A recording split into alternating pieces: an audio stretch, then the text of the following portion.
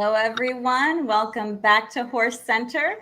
And with us, as always, we have the lovely Swiss Army Shawn. And our special guest tonight is Kentucky-based trainer and TikTok phenomenon, Karyn Wittek. Welcome to the show. Thank you so much for being here. Thanks for having me. And Karyn, you have almost 8 million likes, 240,000 followers, countless views. And I love your TikTok. As I was telling you before we went live, I could get lost in it for hours. I have to avoid it because then the rest of my day is shot. But you just have the best content on there. You must be the most entertaining person. You've got everything from thank you. Pure comedy to super informative videos, answering people's questions, unfiltered horse life, and my personal favorite, the roasts against the people who try to lecture you on horses who know absolutely nothing. I love the clapbacks. Those are my favorites. Yes. So how did you get started on TikTok? I was so with my owners, I'd always send them breeze videos. And there were some people that would be up in the stand and they'd be talking and some guy would always talk about his old football, high school days, and you have all this stupid background noise. And so I was looking for an app where I could video just a short clip of them going down the lane and put some music to it. And so Electra was on it because TikTok wasn't big then. And so she was like, well, just do TikTok. And I couldn't figure it out. I was getting so frustrated with it. And then, so I got one or two little videos of them doing little breeze clips. And then, one day I was playing with a friend of mine in the barn and I was like, let's do something artsy fartsy. Let's kind of play around with the app and let's just record me doing little stupid things in the barn for a couple seconds and we'll just put some music to it. One of the clips, I was putting a tongue tie on a filly that I was about to get on and that blew up. The next morning I had thousands of followers. What are you doing? That's so abusive. And just going nuts about how I was abusing my horse by putting a tongue tie on her. And so then I just started responding back to them. Oh, you have so much and stuff making on more. There. I love it. Yeah. I think my favorite video might be the one where you guys couldn't race or you couldn't train or something and you're just bathing the horses. I almost died. Was it with Marissa Short? Yeah, I think so. We did a whole bunch of stupid stuff during COVID too, because all we could do was trail ride. Right. We just rode all the time together. Sure. Now, something that's really interesting about you and pretty different from most of the people we talk to on here, you did not grow up in racing. Is it true that you grew up in New York City? Is that right? Staten Island. Oh, wow. And my dad used to take me to the OTBs when I was a kid, and I was obsessed with the horses and racing. We would go to Monmouth Park all the time. We'd picnic, and I always wanted to be a jockey. That was my dream as a kid, was to grow up and be a jockey. And I'd read all those books where these little girls just turn these horses around that were terrible horses, and they go on and win all the big races. And that was my dream. But right. I outgrew them when I was 10. Yeah. At your height, it is very challenging to try and be a jockey. But hey, still living out your dream. Oh, there you are. Yeah. I was taller than the whole jockey colony when I was 10. So then I was I think I need to try something else. Sure. And I saw that you also attended college for equine management. Yeah, SUNY Cobleskill, upstate New York. And I had an equine, it was a thoroughbred management degree. It was just a 2-year degree. And that's how they got me an internship at Saratoga. Because in New York, it's kind of hard to get on the backside. You have to know somebody. You have to be licensed to get back there. So they got me an internship with Rusty Arnold. I hot walked for a summer at Saratoga when I was in college. Okay. So somebody's coming down my driveway. So how was that? Just jumping straight into being at Saratoga? Yeah. I was a college kid in Saratoga, the party town. All they did was just everybody went out every night. It was awesome. Yeah, for sure. Hi. Sorry. So you've had a lot of mentors. You have worked with some of the best people in the business, Mike Maker, Larry Jones, Carl Navsker. What is some of the best advice that you've learned from them that you could pass on to others? I don't know. Like, I just took a little grain of salt from everybody that I worked for. I loved working for Larry. Mark Cassie was so charismatic. So was Larry. And Larry was awesome because he was so hands-on with all his horses. And he always said he didn't want his stable to get very big. They're so loud.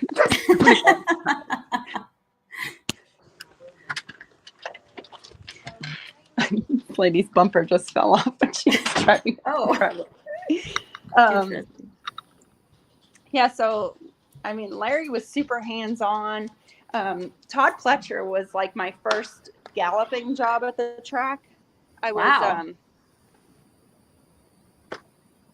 I straight out of college. Once I graduated, I went to the backside. We're losing her. Yeah. Karyn, can you hear us? Uh-oh. Oh, no. Went from too much noise to no noise at all. I know, right? Sorry, my signal's terrible if I don't sit outside. That's okay. So you were saying that your first galloping job was with Todd Pletcher. That was the last thing we heard. Yeah, so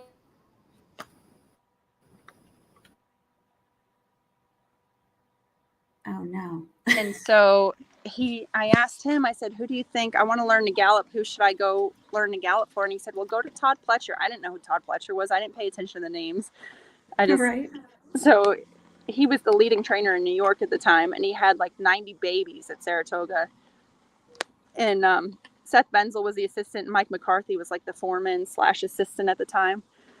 And so they sent me out there and I just started jogging. I jogged 10 horses a day. Wow. Okay. That'll get you fit. Yeah. I never turned around. They used to call me wrong way Karyn. Go the wrong way all the time. Now, you've had a lot of great mentors yourself, but you have also mentored so many people. You mentioned Electra Boone. She told me that you taught her literally everything she knows on the ground. She came to me when I was pregnant. Oh, okay. She was in high school. And so I needed help. Yeah. And then you're also close with Keely Soros. I mean, everyone raves about you. Everyone talks about how awesome you are with your horses, how much you care about them, how much you put into them, how friendly and helpful you are. I mean, what do you think makes you stand out in people's minds as such a good mentor? Like, I mean, people rave about you. Every time I mention you, I'm telling you. When I was wanting to learn, nobody really wanted to help. And when I was learning to gallop, nobody really could teach you. And so that was something that always kind of stuck out to me, like in my memories, like it was a struggle trying to learn, especially being a female around on the backside. I remember one of the first guys that was trying to teach me to gallop, like he'd put me on stuff and then he'd be like, slow it down. And I'm like, I'm trying, but I'd pull and then the horse would just take off with me. Like, you're not like, I was used to growing up with riding lessons where they tell you, pull on your left rein or pull on your right rein or do this or put this leg on. Like at the racetrack, they just yell at you. And so I always said I didn't want to be like that. So whenever people come and ask me to help them, I always try and help. That's awesome. So appreciated. Because like you said, everything is learning on the job at the racetrack. You really can't sit in a classroom and have the knowledge that you need to make it in this business. Mm-hmm. Now, on your TikTok, you have several videos kind of poking fun at HISA and how you're getting locked up. How have the rules affected you? Like, what's your feeling about HISA? The rules haven't really affected me. I'm just really bad about keeping track of stuff. So like listing the horses that I have and having to go on. And like you see, my Wi-Fi is terrible here. So sometimes I try and get on the site to like make changes to my horses. I can't get on. It's just, that's the frustrating part, is doing all the extra paperwork, but nothing else has really changed for me. Okay, great. Okay. Karyn, can you? Sorry, go ahead, Shawn. No, go ahead. I thought you were done. You're good. Oh, okay. I was just going to say, you also do so much work with off-track thoroughbreds and breeding. I mean, you literally are like full circle from breeding to foaling to training, racing, and then taking care of them after their racing career. Do you want to tell us a little bit about how you got involved in the breeding and the off-track thoroughbreds? My dad and I had bought some mares back when the market had kind of like tanked. I think it was like in 06 or something like that. I don't remember. But so we bought a mare, and she was really nice. She was by Successful Appeal, and she was real fast, but she had a crooked knee, and we got her real cheap. Like, her pedigree was really nice. That's why we got her real cheap. She had already had surgery on her knee. And when I ran her, the first time I ran her, she took a bad step, like about a 16th of a mile out of the gate, and she tipped her knee, and she chipped the lower joint. So they recommended not racing her anymore. But she was very angry. she's a mean mare. And I love that about her, because it was such a good racehorse attitude. And so I was like, if I sell her to somebody, she's going to wind up at the glue factory. But her pedigree was so nice, and I liked her attitude. So I kind of wanted to dabble in the breeding game with her just because of her. So that's kind of how I got involved. And now I have like 8 babies out of her. All my babies are all babies of hers. And it's been fun. I like the breeding. I was getting into like the different incentives for breeders awards, being Arkansas breds or Ohio breds. And now I've got 2 of my homebreds that are going to the RRP this year with me. This is my first time. We're learning together. We're learning dressage together. I've never done any of that. So it's been an experience, and it's expensive. Yeah. I've been watching you on social media, and you look great. You're definitely learning at a quick pace, and good luck to you with that. I know one of the homebreds is Maria, right? Is that Maria. right? She was my best one so far. Okay. And who's the other one you're taking there? Spots. So Spots, he's Maria's older brother. He's by Spots Gone, and I foaled him in Ohio, and he turned out to be a grass only horse. So I won 1 race with him on the grass, and a couple times I took him to Belterra, and it rained off the grass, and he was already there. And I had a guy call me, and he said, "Do you want to sell him?" He was stabled up at Belterra. And I was like, well, sure, it'd be better for him to be there just in case, if it rained and came off. And I told him, I said, the horse needs to go long and on the grass. And this guy did not do any of that. And he ran him for like 2 years. The horse ran dead last every time. And I kept calling him, and I said, I'll take him back, because Keely loved this horse. Like, when he was a yearling or 2-year-old and we were breaking him, she could ride him. And so she would always trail ride him everywhere, and she always wanted him. And I would tell him, I have friends that'll take this horse back. I'll take him off your hands. I know he's just costing you a bunch of money. The guy would never respond to me. And then he disappeared for like 2 years. So I figured he got rid of him and gave him away. And so I took him out of my virtual stable, took him off my Equibase and stuff.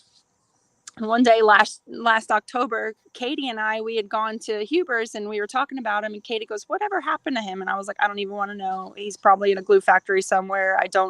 I said, the guy never got back to me about him, and I lost track of him. Well, the next day I go up to Belterra, and Katie sends me a message. She goes, "Holy crap, I know what happened to him." And I was like, "What happened to him?" She goes, there's a video of him on Twitter. This Jade Favor girl, Favory, I don't know how you say her last name. She does a lot of rehoming with thoroughbreds, and she posted a video saying, how pathetic is this? Like, this poor horse. And he was beat 50 something lengths. He ran a 0 buyer. He was so crippled he could hardly cross the wire, and you could hear people in the stands laughing at him, and it was Spots. And so I called the guy. I was there at Belterra, and I was like, I have an empty space on the trailer. I sent him a text message. I have an empty space. I can take him home. I'll take him off your hands. He's now, at this point, he was 7 years old, had not beaten a horse in 4 years on the racetrack. Like, I was like, so I got really aggravated. I couldn't sleep at all that night because he never responded to me. So I called the stewards the next morning, and I was like, are you guys just going to let this horse run until he dies? I mean, this poor horse, he looked terrible in a video. I know he looked even worse in person. And so they pulled up his charts, and they said, "Oh, thank you for pointing this out to us." And they said, "You're sure you'll take this horse back?" And I was like, I don't need another horse, but I can't let you keep doing that to him. So they called the guy into the office, and they told him that he was on the steward's list and that he couldn't run the horse anymore. And so he would have to figure out something to do with the horse. So the guy agreed to send him back to me. And then I signed up with Spots to do the RRP too. Well, that's a beautiful story. And that definitely comes across how much you care for the horses. I mean, all of your horses they look like they're treated like kings and queens, and that you sacrifice so much to give them the best of the best. So that's great. Yeah, they Thank get you. the doctor before me. Right? But I do have one quick question about your off-track thoroughbred journey.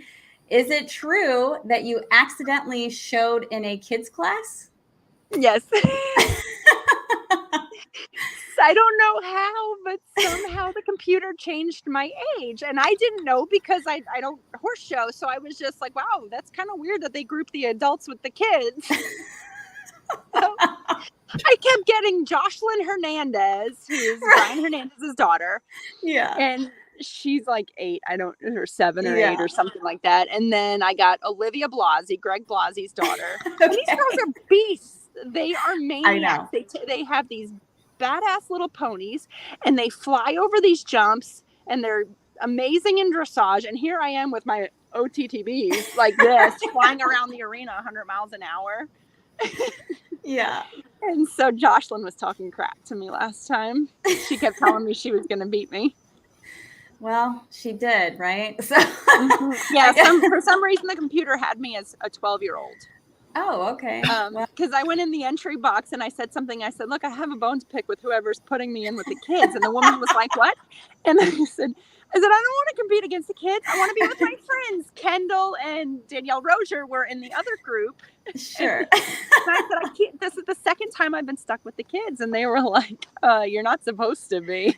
Oh my gosh, that is too much. I died laughing when I saw that. I'm like, I need to hear about this one.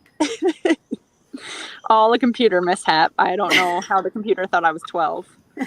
Yeah. There's Willie now. Yeah, Willie's commenting how you've always been one of the coolest persons around and always smiling. Yes. Willie is one of the first people I met in Kentucky. Well, I met him the first night I was here. He's the first person a lot of people met because he was there for a very long time. I met him and Fabio Arguello. Oh, okay. The first night that I was here, they were out here. Karyn, can you circle back? You said about the tongue tie and the backlash you took. Can you explain to people that don't know what a tongue tie is used for and how it goes on a horse? Can you go into that a little bit? A tongue tie is just like a piece of cloth or a rubber band that will go around the horse's tongue, and it'll help keep it down. Some horses like to get their tongue over the bit, and then you lose control steering. And also some horses have breathing issues where they'll flip their soft palate, and by putting on a tongue tie and keeping their tongue down and keeping them from moving their mouth around, it'll most of the time help with their soft palate not flipping over like that. So it gets in the way of their breathing, mostly. Okay. So right now, what does your typical day look like? I wake up and my daughter just started kindergarten, so we get her ready for school. Being at the farm, I get to start a lot later. We don't have lights and stuff, so I don't start till like 7:30, 8 o'clock there. But I clean all my stalls here. I've got 6 horses at the house, the 2 babies, my 2 RRP horses, 1 layup, and my yearling are at the house.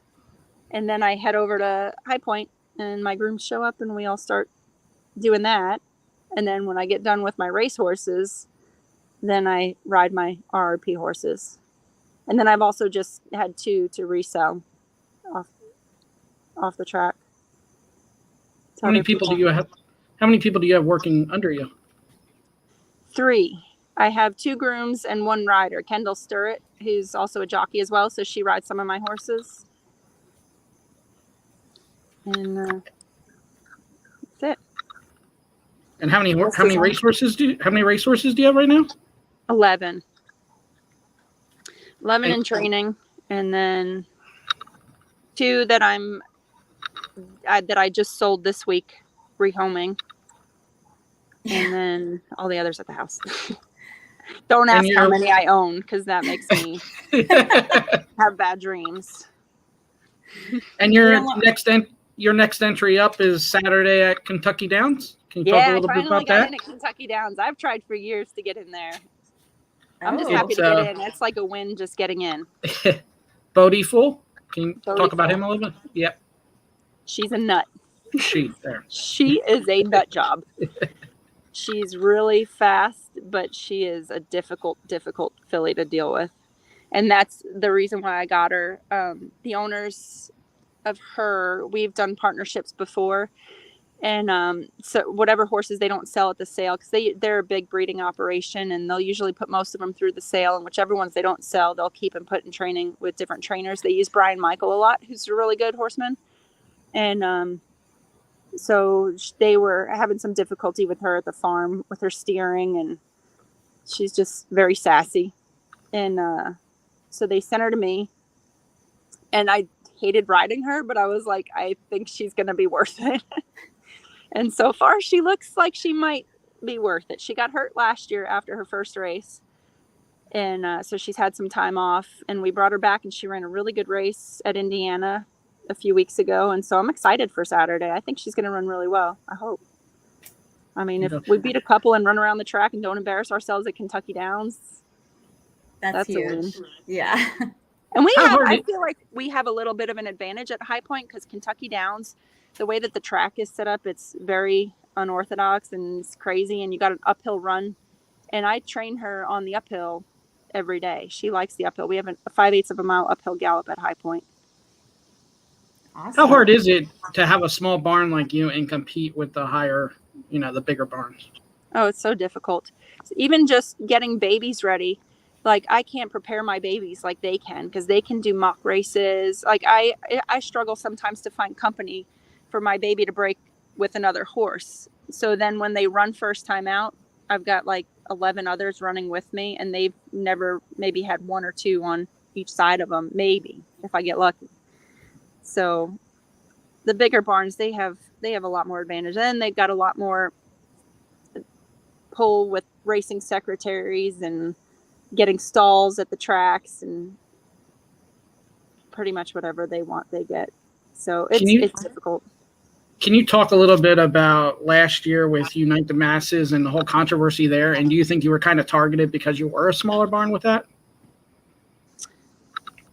I don't know. I don't know if somebody didn't like me and might have been a little jealous and might have called the stewards on me, because at High Point we're kind of hidden. But Unite, I was tipped off that it was a Saturday, I think, or it was late, I know. And somebody had tipped me off that they wanted to claim them.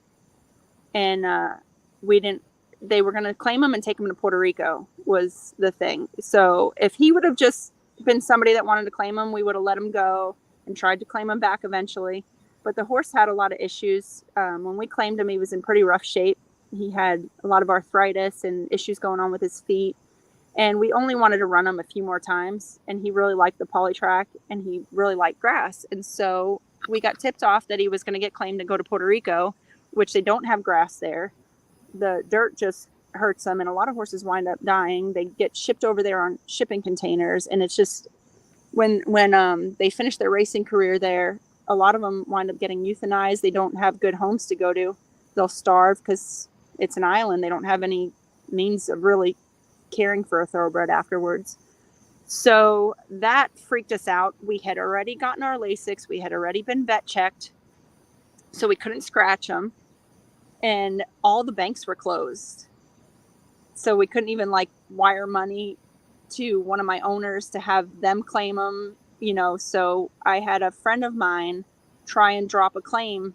It was still a 50-50 shot that he would wind up getting claimed and going to Puerto Rico. But we were just so worried that he was going to wind up in bad hands. And so we wound up winning the race. We won the shake, the two-way shake with this guy. And then what we did wrong is we didn't see it through and wait the 30 days and buy the horse back from my friend who had claimed him for us. And we should have just waited the 30 days and we would have never gotten in trouble. But we were just kind of worried about him because he did have quirks and issues. Did everything work out okay with that horse then?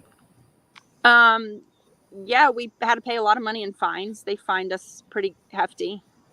And they could have taken the horse, but Barb was very understanding and we were honest with her. And so she she knew the whole situation, and she's actually stopped a lot of horses from going over there in the shipping containers. Ohio is a different story, but like in Kentucky, it's gotten a lot more difficult for them to try and claim horses from us.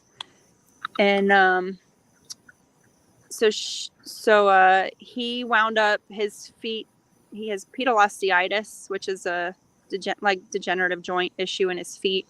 And they just were really bugging him. So I think we might have only run him one more time after that. And then he's retired and he's at High Point living out in the field. Grandma Horse Racing asks, do you think horse racing needs more trainers who are also animal advocates? Yes.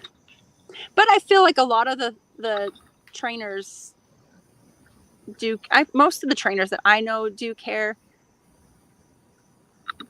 But I think a lot of them, with these horses in syndicates and stuff like that, it's hard to disperse these horses when they're retired from racing. And so trainers just really have no choice but to just try and get rid of them as soon as possible. And sometimes they fall in the wrong hands.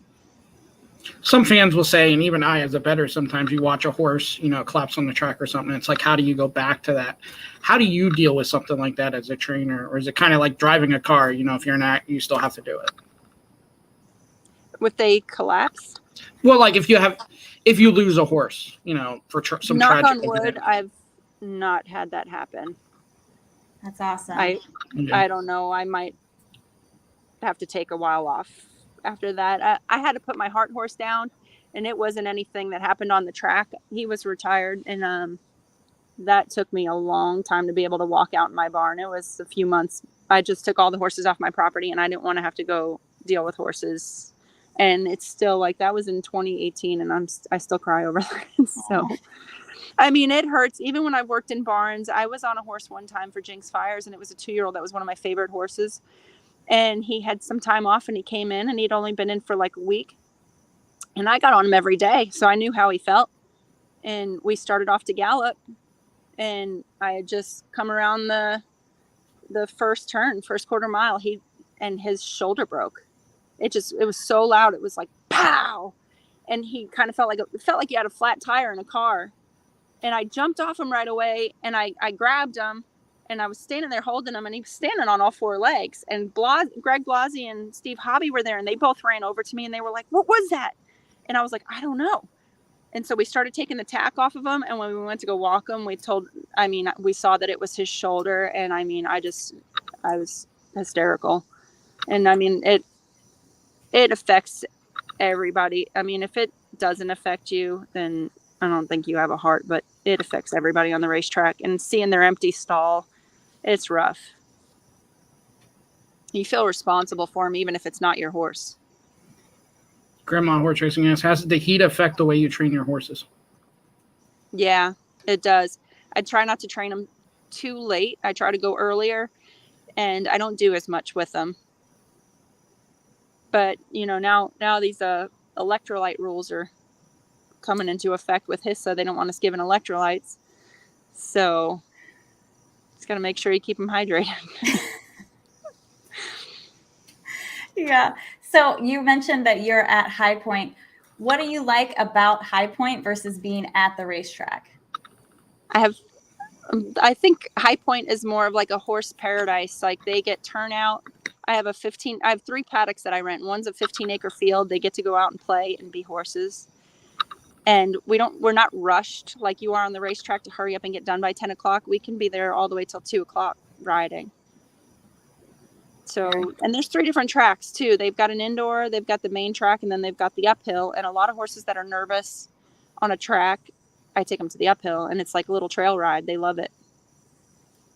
Very cool. Now, I saw that in 2021, you had set a private goal for yourself that you didn't let many people in on, but you wanted to win at least 1 race a month, and you achieved that goal. Congratulations. Thanks. That was hard. Yeah. Well, do you have any goals going forward that you want to share with everyone, or do you like to keep those close to the vest? This year, I just wanted to make more in earnings than I did last year, but it was also going to be a hard goal because this year my stables kind of turned over. I retired a lot of my older horses, and now I've got a bunch of 2-year-olds, And so that's just hard because they're just trying to figure out what to do when we go out there. They're screaming to their buddies, and we don't know if they need to run short or long, or, just trying to find the right races for them. And I don't like to run them too hard back to back. I like to give them a lot more time spaced out between races. So we'll see. Do you have a plan on how many horses you want to grow your stall into or your barn into? I'm at 11 right now, and I think the biggest I would probably want to be is around 50. I think once you get over that, you lose touch with, I like to be hands-on and handling them all the time, and I think I would be too stressed with more than that. But I think anywhere around 25 would be a perfect number for me. Perfect. I feel like we've had a couple people actually use that 50 number before, so that must be the magic number. And I think that's a lot of the reason why there's a lot of breakdowns too, is I think trainers have too many horses. So you get these big names that have 400 head of horses. One, they don't really care about the cheaper ones. So they'll breeze them. Something might be wrong with them, and they'll just keep running them or breezing them to figure out something's going to pop up. It might break down, whatever. And also, you're also entrusting, like, they can't be there with every horse feeling the legs and feeling them, watching them go all the time. So they're entrusting assistants, and it's not really that trainer that's training your horse. It's the assistant of that trainer, which is, I mean, Jamie, on the racetrack, it could be anybody. Right. Somebody walks in the barn, they need somebody to run a barn. All right, you got the job. Yeah, unfortunately. We have someone, Mabre, I don't know if I'm saying that right. They want to speak to you about your runners, but they didn't ask any more questions on here. So, and then we got another comment from Grandma Horse Racing. How do you know if you have a turf, dirt, or synthetic runner? Sometimes by pedigree. You can kind of tell a lot by action as well, and trial and error. I've done a lot by trial and error. Sometimes you might think the horse would like grass. I like to start maidens out first time on the grass because I think the grass is a lot less scary than the dirt. Because sometimes if they break a little slow and the dirt hits them in the face, and they really back up. But sometimes if they're ready to run, you just got to run them wherever. But you find out just trial and error, really. Is there anything besides pedigree? Is there anything a bettor can look for, like when they're on the track, how they react to the dirt or turf? Like before the race? Not that I could think of. Now, you have also gone through a few injuries lately. So how was that? How is it coming back from that? What exactly happened anyway? Terrible. And so it was December 2018, I blew out my right knee. I was breaking a baby, and it was just a very difficult baby. And she blew, and I went to jump down off of her. And when I landed on my feet, the timing was wrong, and I landed a little hard on my feet, and my knee just exploded. I tore my ACL, my meniscus, and my LCL. So majority stability ligaments in the right knee. So I had to have surgery, and I was off for a year from riding. And then just in March, I was breaking another baby and she bucked me. I was like, I can't jump down. So I had to blow, and I was not going to jump down and land on my feet because I still protect the right knee. I had a cadaver ACL, and I just don't trust it. And with knowing how easy it was to do it, I still protect it. So then I was riding it out, and I rode out like 6 jumps, and the last jump she bucked me up on her neck and then wheeled, and the stirrup jerked my foot, and it tore my MCL, my PCL, and my meniscus. So I tore between the 2 knees. I've torn all my ligaments, every single ligament. Goodness, that's terrible. And I was just like, the worst thing was just like, not again. Like, I don't want any time off. Like, yeah. This sucks having time off. It's expensive having to pay people to do all your work for you, because I do most of the stuff myself. And then I was out of jiu-jitsu, out of riding. I was getting Maria to like what I felt was like a turning point in her dressage training. And then I had to stop on her. And yet you're back at it, huh? Back at it. I didn't do surgery on it. I just worked through it. And after like 2 months, I started piling buckets up and plopping myself on spots because he's easy to ride. So I would just plop myself on him, and I got to where I was bending my knee a little bit more each time. Whew. Brave. Karyn, besides horses and besides family, what do you do for fun, or you have no time for that? No time for that. Jiu-jitsu. I love jiu-jitsu. I'm a purple belt in jiu-jitsu, but I've been out of it since I messed up my knee in March. So I'm dying to get back in the gym and see how it feels. And then I have a 5-year-old daughter that drags me around everywhere. Does she love the horses? That wasn't mine. Oh, No, really? that was mine. Oh. That was mine. I'm like, did one of my children escape? Oh, no. No, that's my 4-year-old. Sounded like mine, but she's in bed. Karyn, does your 5-year-old love the horses? She does, and she's like my little mini me. She follows me around everywhere. Oh, she is so cute. Those videos of her just helping around the barn, I die. I'm like, oh, because my kids don't help around the barn. So you're my goals. Thank you, Willie. Oh, yeah. Yes. Like I said, you have so many fans everywhere, Karyn. You've made a huge impression on the industry in so many ways.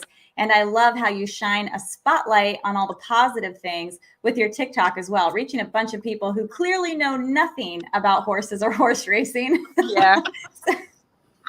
Yeah, and I always heard that the same rumors as a kid growing up. Oh, they're abused and horse racing's terrible. And even my best friend would always say that. And I'm like, how do you know? You've never seen it. Like, how can you say that they're abused? Why don't you go check it out for yourself? I've always been one to like, I don't really believe what people say. I want to see for myself.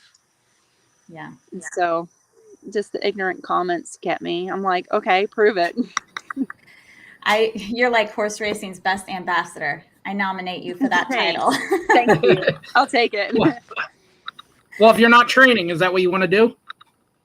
I would like to be an ambassador for the horses. I feel like for horse racing and for the horses, but we do have some clowns in the industry, but every industry does, and they make everybody look bad.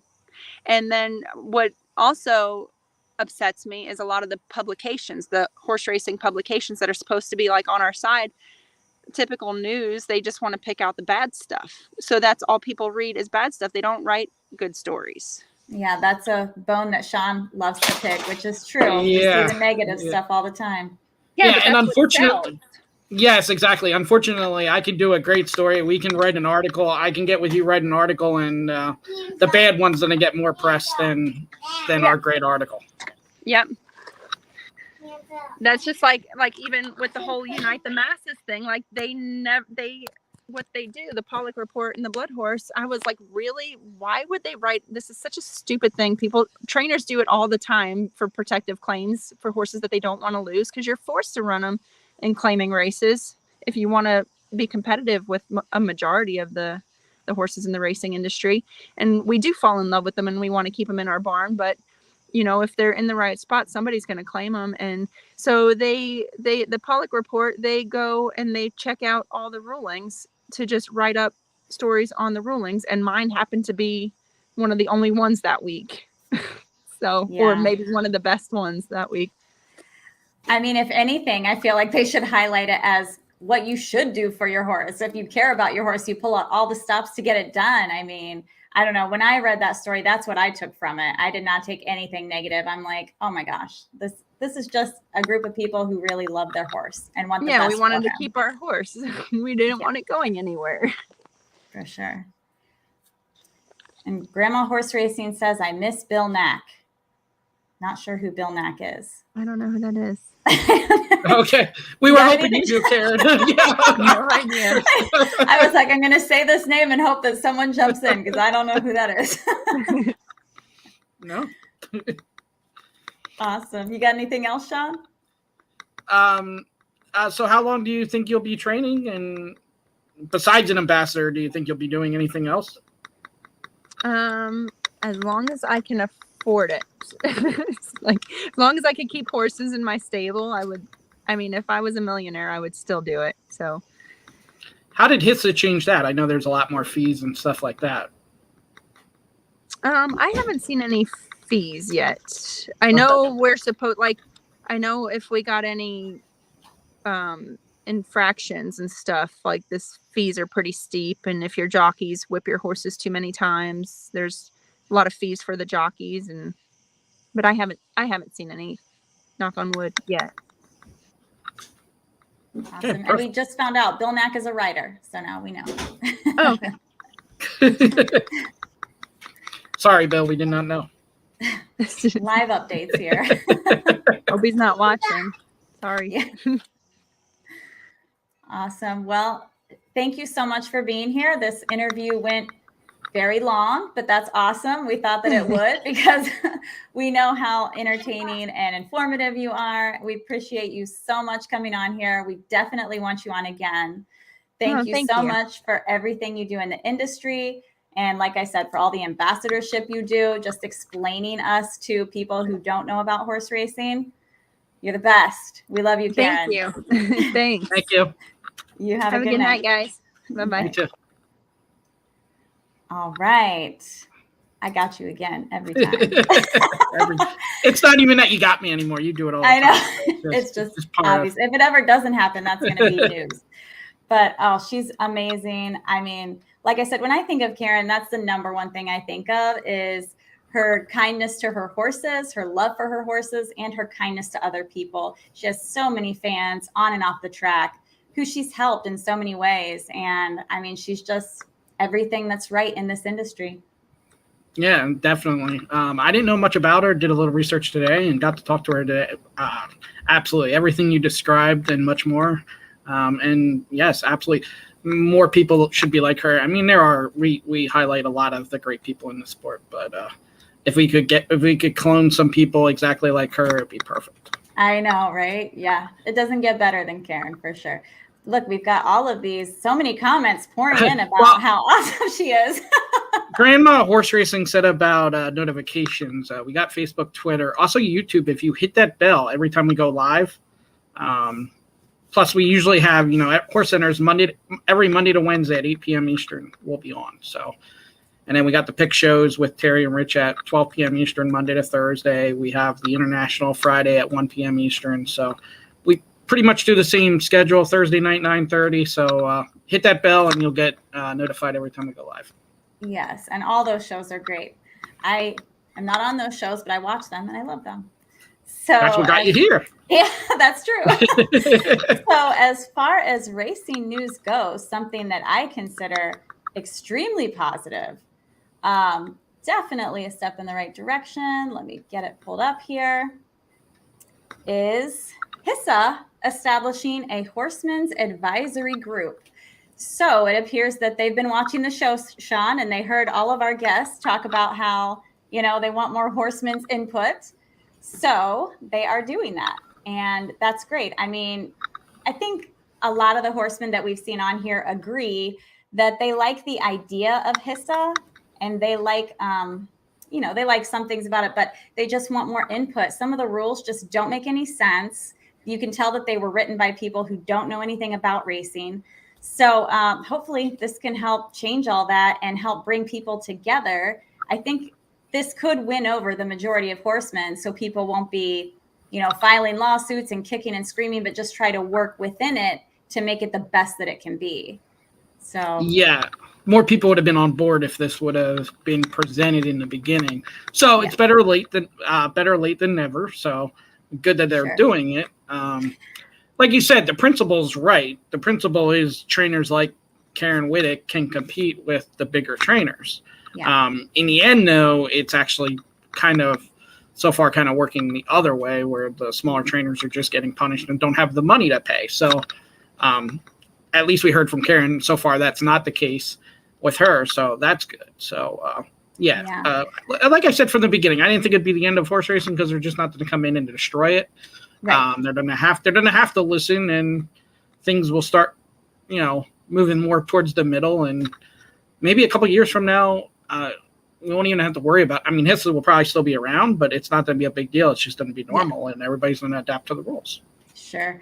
I thought it was also interesting the way that they are picking these horsemen. They said send them an email and talk about yourself and your role in the industry and what kind of rules you want to see, and they'll go through the emails and pick a board of 10 to 12 people. So any horsemen out there who want your 2 cents in on this, send HISA an email. You might get picked for the advisory board that is going to meet monthly. So it's a bit of an obligation. It's not just like a one and done thing, but interesting, just kind of free for all, I guess, right? Yeah. Okay, and some more things we've got going on. Jack Christopher is headed to the Breeders' Cup. Now, which Breeders' Cup, we don't know, but it's, as long as everything goes to plan, he will be headed to the Breeders' Cup, and they're looking at either the 6 furlong race or the dirt mile. So what do you think about that, Shawn? Which one do you think he would be better suited for? Do you have an opinion on that? I don't really have an opinion. I did see what the 6 furlongs, 2 million, the miles, 1 million, correct? I think is what I saw. So I don't know. you got a talented horse like Jack Christopher. I'd imagine they'd maybe they go for the 2 million. I mean, go for the big bucks. I don't know. They know better than I do what horse, what this horse is going to run. So they'll make the decision there. I don't really have an opinion on it. I personally, as talented as that horse is, I'd go for the 2 million over the million. So I'd put him in the 6 furlong race. Sure. Why not? Go for the big bucks. Go big or go home, right? Absolutely. And something extremely exciting that's coming up is the Kentucky Downs meet, which, as they say here, more popular every year. Absolutely it is. That's a great shot of it right there.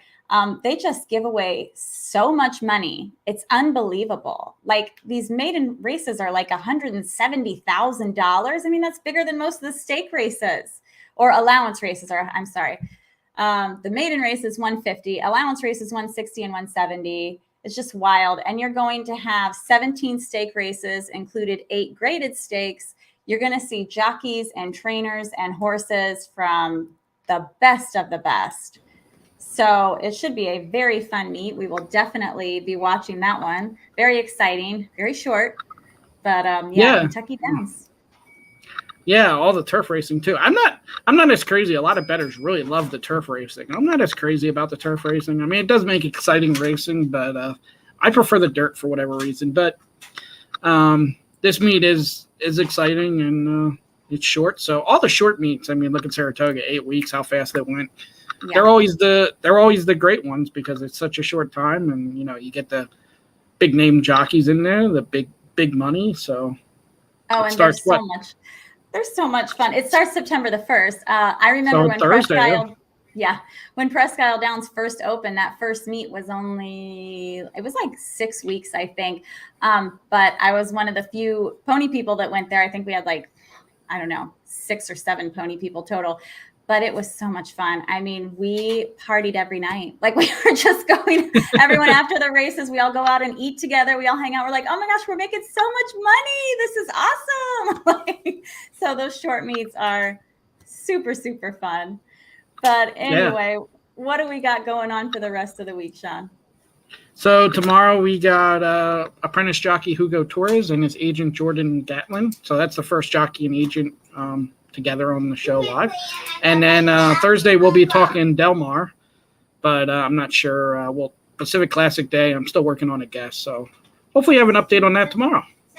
Yeah, you always find somebody at the last minute, and usually they're fabulous, so good on you. I don't know how you get it done. But anyway, and then, sorry, go ahead. Then Rich will be live tomorrow at noon Eastern, and I believe it's the debut of Charles with Rich. Terry won't be able to do Wednesday. They'll be covering Saratoga, I believe, tomorrow. And then Thursday, Tom will fill in for Terry with Rich, and they will actually be doing Kentucky Downs. So if you want some picks before they go live, before they start, there you go. And can I get Chantel? We've had her on twice, and I can definitely get her again. Yeah, she is awesome. Maybe I'll get her, and we'll schedule her for a week Jamie's on, so Jamie gets to talk to Chantel.